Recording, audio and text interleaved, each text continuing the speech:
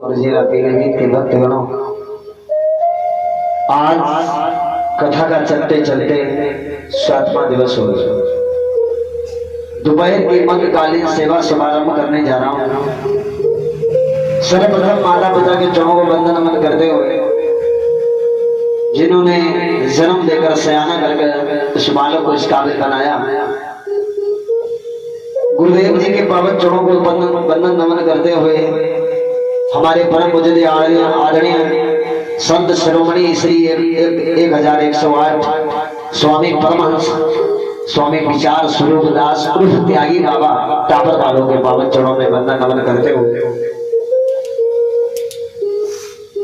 सभी तीर्थ स्थानों को वंदन नमन करते हुए, आदि शक्ति दुर्गा माँ के बिहारी बालाजी महाराज गणेश और खटू श्याम शनिदेव बाबा को, आदि शक्ति दुर्गा माँ को प्रणाम करते हुए अपनी वाणी को आगे बढ़ाते हैं। एक बार बाकी बिहारी भगवान श्याम सुंदर बेटा एक पत्थर की शिला पर बैठे मन में थोड़ा ध्यान देना। पत्थर की शिला पर बैठे थे तो पांचों भाई वहां से चले। कौन? अर्जुन, नकुल, सहदेव, धर्मराज। बेटा पांचों भाई धीरे धीरे चले, भगवान श्याम सुंदर के पास पहुंचे और कहने लगे, प्रभु मैं अब जीना नहीं चाहता हूं। भगवान कन्हैया कहने लगे, पांचों पांडवा आज इतने कमजोर हो गए, तुम जीना नहीं चाहते हो? हाँ प्रभु मैं जीना नहीं चाहता, क्योंकि इस कलिकाल में इतना अत्याचार पापाचार हो रहा है। बोले क्यों? तुम जीना नहीं चाहते तो मेरी एक बात सुनो। इस सामने इतना बड़ा जंगल है, आप ऐसा करो पांचों भाई इस जंगल में प्रवेश कर जाओ।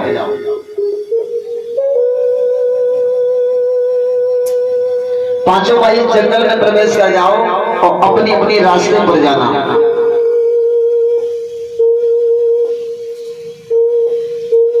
और भैया जी गुप्त दान कर रहे हैं, प्रभु के चरणों में परमात्मा सदा कल्याण करे। अपनी अपनी रास्ते पर जाना।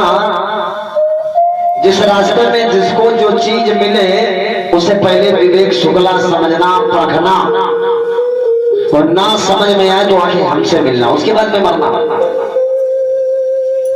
पांचों भाई चल पड़े। पांचों भाई महाराज उस जंगल में पहुंचे तो जिस रास्ते से अर्जुन जा रहे थे उसी रास्ते में एक गाय पियानी पड़ी थी। गाय, और वो गाय बछिया का दूध पी रही थी। अर्जुन देख के चौंक पड़ी, कैसा संभव है? बछिया को गाय का दूध पीना चाहिए, लेकिन गाय बछिया का पी रही है। चलिए कोई बात नहीं, भगवान श्याम सुंदर जी ने कहा था ना समझ में आए तो हमसे मिलना। नंबर आया नकुल का। पुजारी जी नकुल जिस रास्ते से जा रहे थे उसी रास्ते में एक किसान अपने खेत के चारों ओर बिरवाई कर रहा था, अपनी फसल की रक्षा करने के लिए।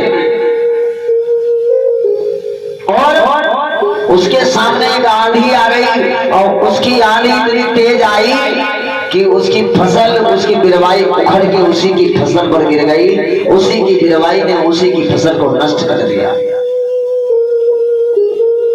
नकुल कहने लगे, एक ऐसा सल्ला है, इसने तो अपनी खेती को बचाने के लिए बिरवाई लगाई, उसकी बीमारी ही नहीं, इसकी फसल नष्ट कर दी। कोई बात नहीं, बिहारी जी ने कहा था ना समझ में हमसे मिलना। नंबर आया सहदेव का।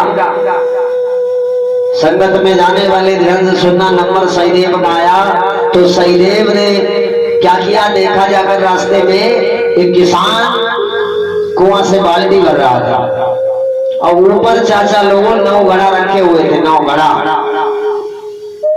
उस किसान ने कुआं से विवेक शुक्ला एक बाल्टी उठाई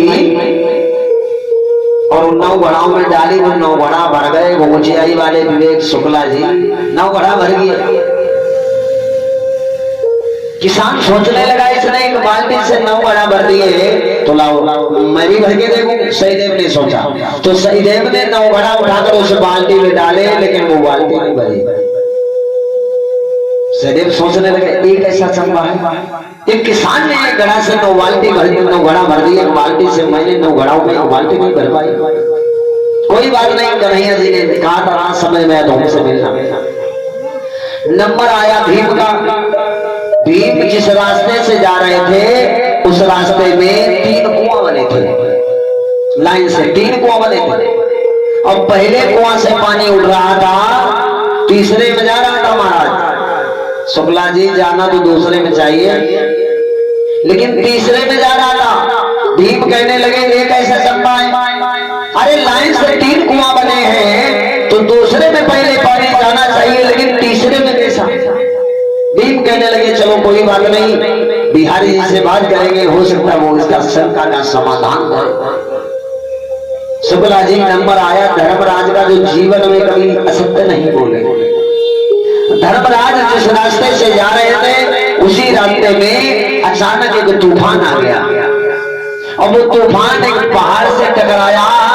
पहाड़ में महाराज इतना बड़ा पत्थर उखड़ा, और शुक्ला जी पत्थर नीचे के लिए गिरा तो जितने मोटे मोटे पेड़ खड़े थे वो पत्थर पेड़ों से टकराया तो पेड़ चकनाचूर हो गए, और पत्थर जब घास में गिरा तो पत्थर धुआं बन के उड़ गया। धर्मराज कहने लगे एक ऐसा चंबा है, अरे मोटा पत्थर जब पेड़ों से टकराया तो पेड़ चकनाचूर हो गए, और जब पत्थर घास में गिरा तो पत्थर धुआं बन के उड़ गया। 5 भाई वापस लौट के आए। 5 भाई ने दंडवत प्रणाम किया। केशव माधव से कहा हे केशव, हम लोग बड़ा असंवेद से बात देख के आए। सर्वप्रथम नंबर अर्जुन का आया, भगवान ने अपने पास में बुलाया और भगवान ने कहने लगे कही अर्जुन क्या देखा आपने? अर्जुन कहने लगे महाराज हमने तो देखा जंगल में गाय बियानी पड़ी थी, और वो गाय बछिया का दूध पी रही थी। भगवान कन्हैया मुस्कुराए और कहने लगे हे पार्थ, हे धनंजय, हे कपिली, हे गिरिजी, हे कपिध्वज, अर्जुन के 12 नाम हैं। और अर्जुन के भोजपत्र पर 10 नाम लिखकर किसी जानवर के बांध दो पैर में या गले में तो जीवन में खुरपका मुरपका बीमारी नहीं लगेगी। अरे पार्थ तुम्हें नहीं मालूम कलयुग में एक दिन ऐसा आएगा कि लड़कियों की नौकरी शिक्षा मित्र में लगेगी, रुपया पैसा उनके माँ बाप खाएंगे, बछिया का दूध पी रही है गैया। कहिए नकुल तुमने क्या देखा? नकुल बोले महाराज हमने देखा ये किसान एक कुआं से बाहर बिरवाई कर रहा था खेत के चारों तरफ, और आंधी आई, उसकी बिरवाई उसी की फसल पर गिर गई, उसी की बिरवाई ने उसी की फसल को नष्ट कर दिया। भगवान मुस्कुराए कहने लगे नकुल तुम्हें इतना ज्ञात नहीं है?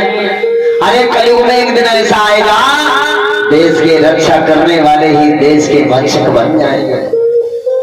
आज चाचा लोगों अपने देश का नेता ही अपने देश को खा रहा है, अपने खेत की बिरवाई ही अपने खेत को उजाड़ रही है। शुक्ला जी अपना देश का रक्षक ही देश का भक्षक बन चुका है। कहिए सहदेव तुमने क्या देखा? सहदेव कहने लगे महाराज मैंने देखा एक किसान जो था एक बाल्टी भर रहा था, और कुआं के साइड में 9 घड़ा रखे थे, उस किसान ने बाल्टी उठा के घड़ा में डाली, वो घड़ा भर के तैयार हो गए महाराज। लेकिन महाराज जब हमने वो बाल्टी उठाई और 9 घड़ाओं को उठाकर शुक्ला जी उस बाल्टी में डाले, लेकिन बाल्टी नहीं भरी। कन्हैया जी कहने लगे बिल्कुल मूर्ख हो तुम सहदेव, तुम्हें इतना ज्ञात नहीं है। अरे एक दिन कलयुग आएगा और कलयुग में एक बाप 9 लड़कों को खिला लेगा, लेकिन 9 लड़का एक बाप को खिला नहीं पाएगा। सत्य है शुक्ला जी। आज घर में बहुएं सुंदर हैं, बेटा अच्छे हैं, लेकिन बाप बेचारा दर दर भटक रहा है। जिस बाप ने इतना पढ़ाया लिखाया शादियां की सब कुछ किया, आज वो बेचारा उसके घर के लिए रोटी नहीं, जिसने हजारों को रोटियां खिला दी, जिसने तुम्हारी शादी की तो करोड़ों का रुपया खर्च किया, पंडाल लगवाया, रायता पनीर नाने जाने क्या क्या खिलाया पिलाया, आज उसके लिए चटनी रोटी तक नहीं जुड़ रही तुम्हारे यहाँ। अरे धिक्कार ऐसे संतान पर, ऐसे संतान से संतान नहीं होना अच्छा है। जिसने माँ बाप की सेवा नहीं कर पाई जिंदगी में, वो कभी किसी की सेवा नहीं कर पाएगा। गर्मियां आ रही हैं, लंगर लगाते हैं, ठंडा पीजिए ठंडा हो जाइए। घर में माँ बाप प्यासे बैठे हैं और पानी पिला रहा रोड पर। अरे तेरे पानी पिलाने से फायदा क्या?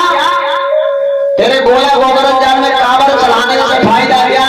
तू अपने माँ बाप के पैर नहीं छूता, गोला गोबरन में जाके वहां कांवर चलाएगा हरिद्वार से लाके, वो क्या तेरी पुकार सुन लेंगे? जिनके घर में माँ बाप प्रसन्न हैं, उनके घर में स्वर्ग समान है। उनके घर में आए भी सतयुग है, सतयुग। और माँ बाप से आगे न वेद है, न शास्त्र है, न पुराण है, न गंगा जल। माँ बाप से बड़ा कोई नहीं। लेकिन आजकल के बहुत से मूर्ख हैं, अरे बुड्ढे तूने मुझे क्या पढ़ाया। ये लोग ऐसा बकते हैं कि जैसे जिंदगी में कभी भी ये बूढ़े नहीं होंगे। हाँ, जिंदगी